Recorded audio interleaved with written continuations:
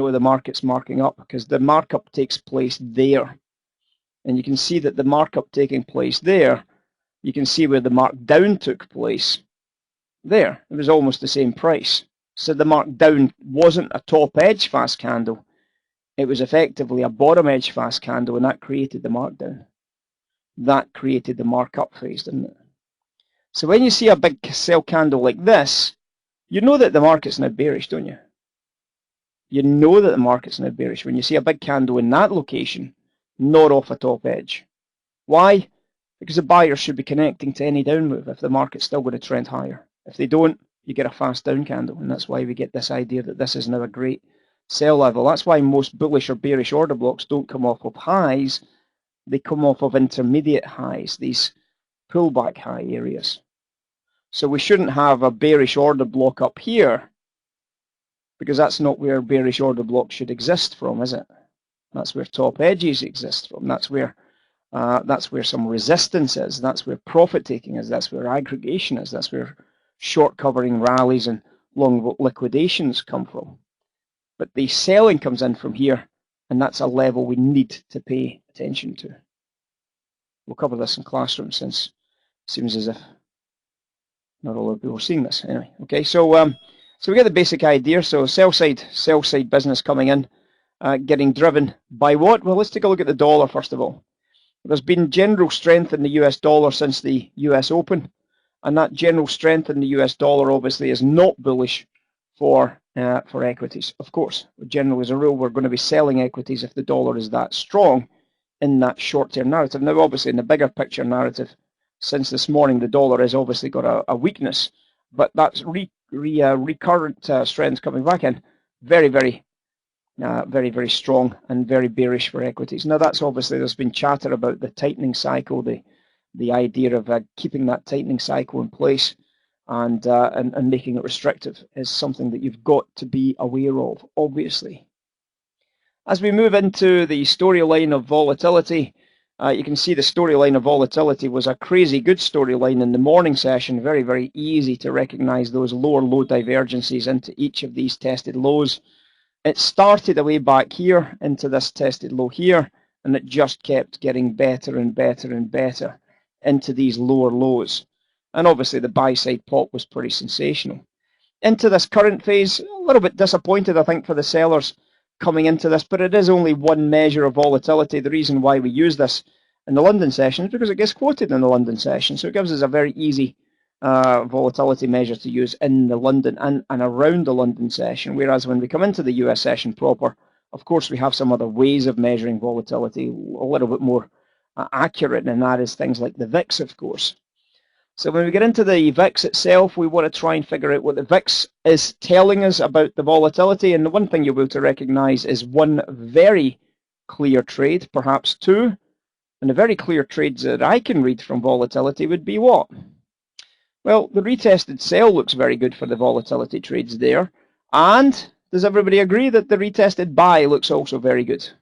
Can everybody agree with those two trades based on volatility, SPY VIX? Are they not crazy obvious trades? Little spring trade, beautiful spring trade, beautiful bit of business in there. Absolutely glorious. Great location, great trade narrative behind it. We already know this location back to front and inside and out. We can see it. It's very, very clearly obvious just by drawing in a straight line. Just by drawing in a straight line. Very strong diverging storylines. What else? Well, let's take a look at volatility itself as a calendar spread. Now, obviously, when we look at this calendar spread, we've got to remember that there is a time component to the VIX and the VIX 9-day. But you can see that they kind of agreed with this initial bottom edge here, because it did flatten out here, and by the time we got that sell coming in, it was actually turning back up again on that high volume. So that did confirm the initial buy trade at that stage. It didn't confirm it as a hold at the top edge all the same, which means obviously as a trader you'd be seeing that break at the high, and you'd obviously be banking some of your monies, if not all your monies at that stage. So something again that's positive for the buy trade and a nice easy money outcome. Looking at it from the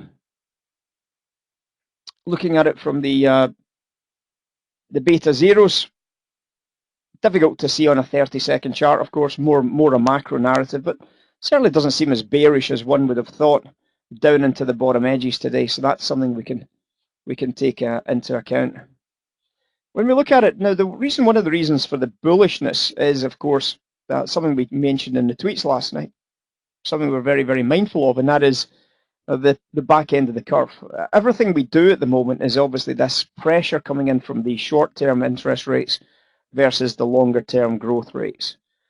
So when we look at the curve itself, we could just see how steep the curve became, allowing us to contemplate the buy on equities. Because if the back end of the curve is managing to steepen, then of course one would imagine that the climate isn't as bad as people would maybe imagining.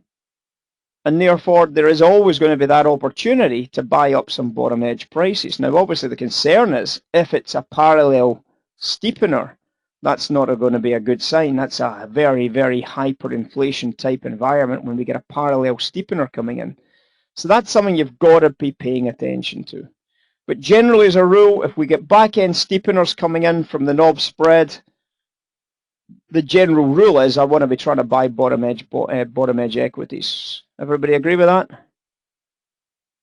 So you can see the sell was in agreement with the curve flattening a little bit here, but obviously since that sell came in, the bottom edge is pretty much an open opportunity to pick up some low prints into these little tested lows. And this level, as I said, is a very obvious change of behavior level in that half-back location. Now, is it exactly the half-back from the start? Of course it's not.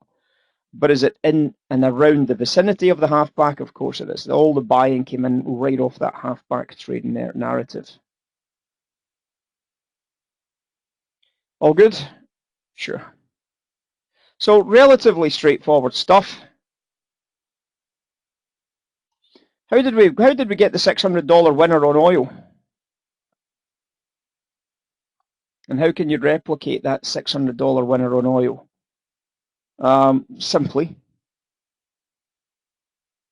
by going into your charts and asking the question, why did I come up with a $600 winner?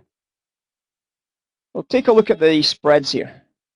You tell me if the spread wasn't massively divergent with a crack spread that was rallying.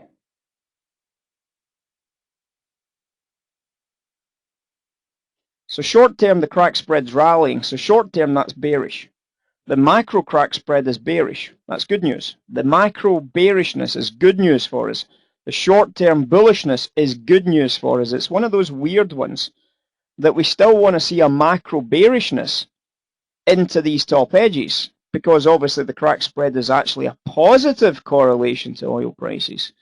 But in the short term, any bids coming in the crack spread is nearly always going to be speculative sellers coming into the top edge oil prices. If the crack spread's going higher, that's usually as a result of people thinking short-term oil is going to be going lower, and that's what the oil desks are trading.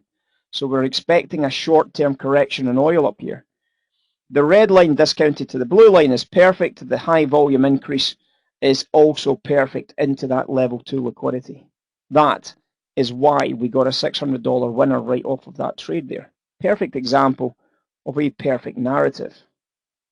The dollar at the time was also in favor. We had that dollar strength coming in, which is bearish oil, and we like that storyline. I like everything about it.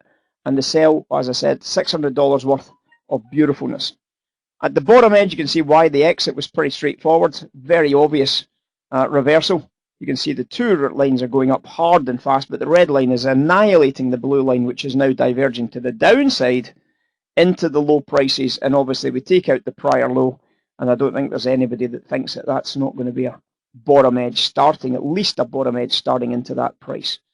Very, very straightforward, and a nice easy walk away for anybody that was in trouble. All good? So obviously replicating these, that's the whole point about benchmarking, right? So when we start replicating trades, the idea about replicating trades is to try and benchmark what is good and what is not good. So when we see the crack spread dropping hard and fast, and then you see the red line flipping here, you're obviously going to be thinking to yourself, with the red line flipping, there's going to be a buy in here. So if you know there's going to be a buy in here, what are you going to look for? You look to the left, you find a level, and you draw a line. Yeah, does that pretty much what everybody does? So if you look to the left, there was the previous level, and you draw a line across that price level.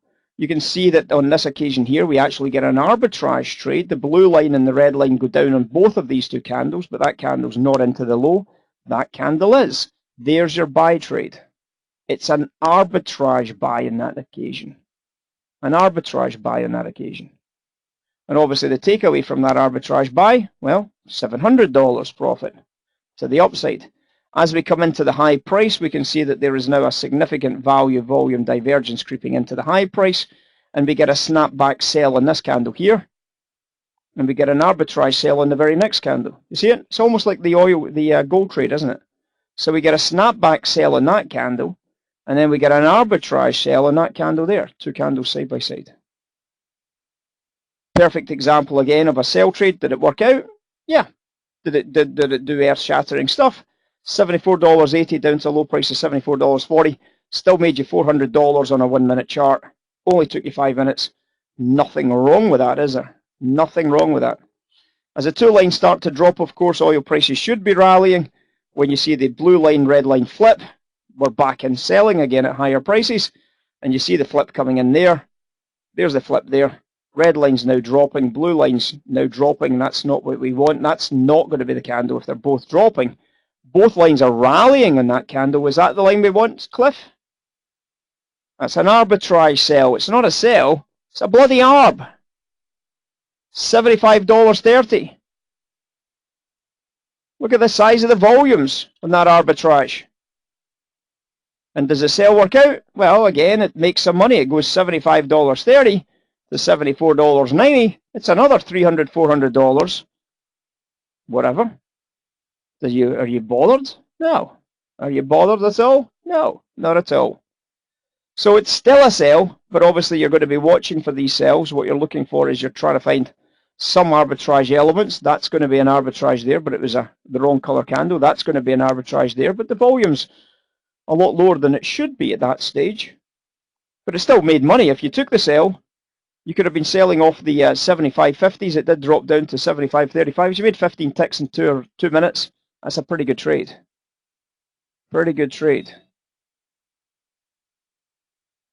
As it gains a bit of whatever to the upside, you can see a snapback coming in there, and then we can see a kind of arbitrage-esque type spinner taking place there. If it had been a green candle, it would have been absolutely crystal clear as a big selling opportunity, and obviously enormous volume coming in at that stage. So another chance. Remember, when you're trading these, as you probably already know from many conversations, if you're trading the crack spread skew, it's nearly always, if you're getting sell trades, it's nearly always a bullish market.